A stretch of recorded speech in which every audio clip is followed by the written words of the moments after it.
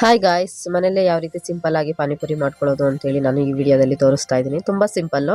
ನಾನು ಪೂರಿನ ಔಟ್ಸೈಡಿಂದ ತೊಗೊಂಡು ಬಂದಿರೋದು. ನೆಕ್ಸ್ಟ್ ವಿಡಿಯೋದಲ್ಲಿ ಪೂರಿನೂ ಯಾವ ರೀತಿ ಮಾಡೋದು ಅಂತೇಳಿ ನಾನು ವಿಡಿಯೋದಲ್ಲಿ ತಿಳಿಸ್ತೀನಿ.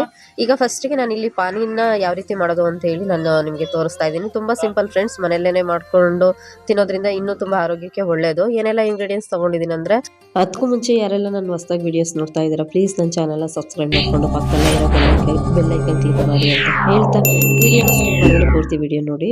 ಏನೆಲ್ಲ ಇಂಗ್ರೀಡಿಯೆಂಟ್ಸ್ ತೊಗೊಂಡಿದ್ದೀನಿ ಅಂದರೆ, 2 ರಿಂದ 3 ಹೆಸರು ಬೆಳ್ಳುಳ್ಳಿ, ಅರ್ಧ ಇಂಚು ಶುಂಠಿ, 2 ಹಸಿಮೆಣಸಿನ್ಕಾಯಿ, 1 ಟೇಬಲ್ ಸ್ಪೂನ್ ಕಾಳುಮೆಣಸು, 1 ಟೇಬಲ್ ಸ್ಪೂನ್ ಜೀರಿಗೆ, ಸ್ವಲ್ಪ ಕೊತ್ತಂಬರಿ ಸೊಪ್ಪು, ಪುದೀನ, ಹುಣಸೆ ಹಣ್ಣು, 2 ಸ್ಪೂನ್ ಚಾಟ್ ಮಸಾಲ, ಸ್ವಲ್ಪ ಉಪ್ಪು ತೊಗೊಂಡಿದ್ದೀನಿ ಫ್ರೆಂಡ್ಸ್. ಇಷ್ಟೆಲ್ಲ ನಾನು ಮಿಕ್ಸಿ ಜಾರಿಗೆ ಹಾಕ್ಬಿಟ್ಟು ನಾನಿಲ್ಲಿ ಗ್ರೈಂಡ್ ಮಾಡ್ಕೊತಾ ಇದ್ದೀನಿ.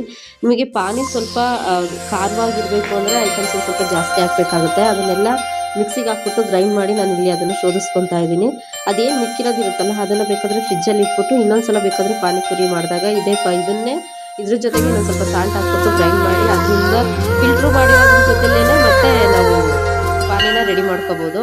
ಅದೆಲ್ಲ ನಾನು ಇಲ್ಲಿ ಶೋಧಿಸ್ಕೊಂಡಾದ್ಮೇಲೆ 2 ಟೇಬಲ್ ಸ್ಪೂನ್ ಏನು ಚಾಟ್ ಮಸಾಲ ತೊಗೊಂಡಿದ್ದೀನಿ ಅದನ್ನು ಕೂಡ ಹಾಕಿ ನಾನು ಇಲ್ಲಿ ಮಿಕ್ಸ್ ಮಾಡ್ತಾ ಇದ್ದೀನಿ. ಸ್ವಲ್ಪ ಕೊತ್ತಂಬರಿ ಸೊಪ್ಪು ಹಾಕಿ ಮಿಕ್ಸ್ ಮಾಡ್ತಾ ಇದ್ದೀನಿ. ಇದು ಶೀತಕ್ಕೆ ಇತ್ತು ಅಂದ್ರೂ ಕುಡಿಯೋದ್ರಿಂದ ಒಂದು ಸ್ವಲ್ಪ ಬೇಗ ಕಡಿಮೆ ಆಗುತ್ತೆ. ನೆಕ್ಸ್ಟ್ ಇಲ್ಲಿ ನಾನು ಬಟಾಣಿ, ಕಡಲೆಕಾಳು, ಆಲೂಗೆಡ್ಡೆನ ಸ್ವಲ್ಪ ಉಪ್ಪು ಹಾಕಿ ನಾನು ಬೇಯಿಸಿ ಎತ್ತಿಟ್ಕೊಂಡಿದ್ದೀನಿ.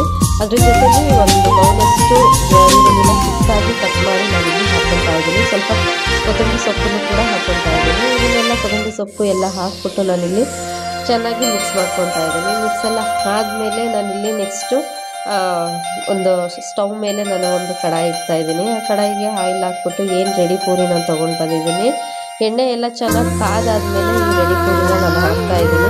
ಮನೇಲಿ ಏನೇ ಅಂದರೆ ಪೂರಿ ಎಲ್ಲ ಮಾಡಿಕೊಂಡು ತಿನ್ನಬೇಕು ಅನ್ನೋದಾದರೆ ಒಂದೊಂದು ಟೈಮಲ್ಲಿ ತುಂಬ ಲೇಟ್ ಅಂತ ಅನಿಸುತ್ತೆ. ಈಗ ಔಟ್ಸೈಡಿಂದ ಈ ಥರ ಪೂರಿ ತಂದ್ಕೊಂಡು ಮಾಡಿದರೆ ತುಂಬ ಬೇಗನೆ ಆಗುತ್ತೆ ಅಂತ ಹೇಳ್ಬಿಟ್ಟು ನಾನು ಔಟ್ಸೈಡಿಂದ ಪೂರಿ ತೊಗೊಂಡು ಬಂದು ಮಾಡ್ತಿರೋದು. ನೆಕ್ಸ್ಟ್ ವಿಡಿಯೋದಲ್ಲಿ ನಿಮಗೆ ಮನೆಯಲ್ಲೇ ಯಾವ ರೀತಿ ಪೂರಿನೂ ಮಾಡೋದು ಅಂತೇಳಿ ನಾನು ವಿಡಿಯೋದಲ್ಲಿ ತೋರಿಸ್ಕೊಡ್ತೀನಿ.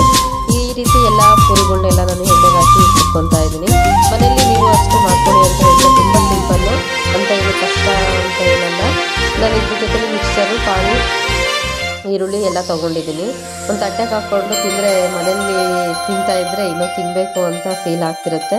ನೀವು ಕೂಡ ಇದೇ ರೀತಿ ಮನೆಯಲ್ಲೇ ಪಾನಿಪುರಿ ಮಾಡ್ಕೊತೀರಾ ಅಂತ ಹೇಳಿ ಕಮೆಂಟ್ ಬಾಕ್ಸಲ್ಲಿ ತಿಳಿಸಿ ಅಂತ ಹೇಳ್ತಾ, ಇದೇ ಥರ ವೀಡಿಯೋಸ್ಗಳು ಬೇಕು ಅನ್ನೋದಾದರೆ please Duvi Asha Kannada YouTube channel miss ಮಾಡಿದ್ರೆ ಸಬ್ಸ್ಕ್ರೈಬ್ ಮಾಡಿಕೊಂಡು ಪಕ್ಕದಲ್ಲೇ ಇರೋ ಬೆಲ್ ಐಕಾನ್ ಮಾಡಿ ಅಂತ ಹೇಳ್ತಾ ನೆಕ್ಸ್ಟ್ ವಿಡಿಯೋದಲ್ಲಿ ಸಿಗೋಣ ಫ್ರೆಂಡ್ಸ್. ಬಾಯ್.